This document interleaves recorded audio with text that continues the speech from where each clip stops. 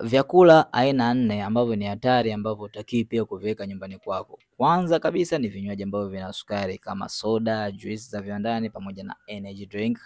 Hivi vina sukari nyingi sana ambavyo huongeza uzito, kisukari, lakini pia magonjwa ya ini, lakini pia na magonjwa ya moyo.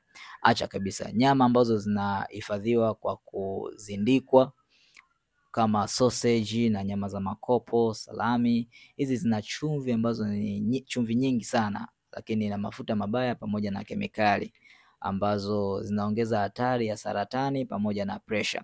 Namba 3 tunaita ni vitafunwa vya kuzindika kama biskuti, crips, keki pamoja na peremende.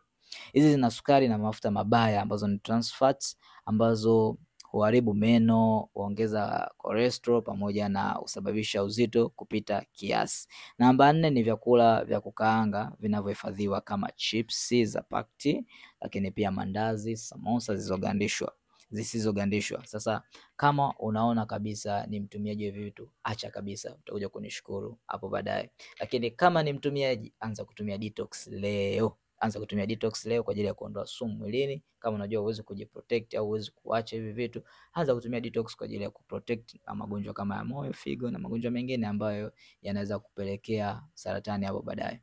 Karibu.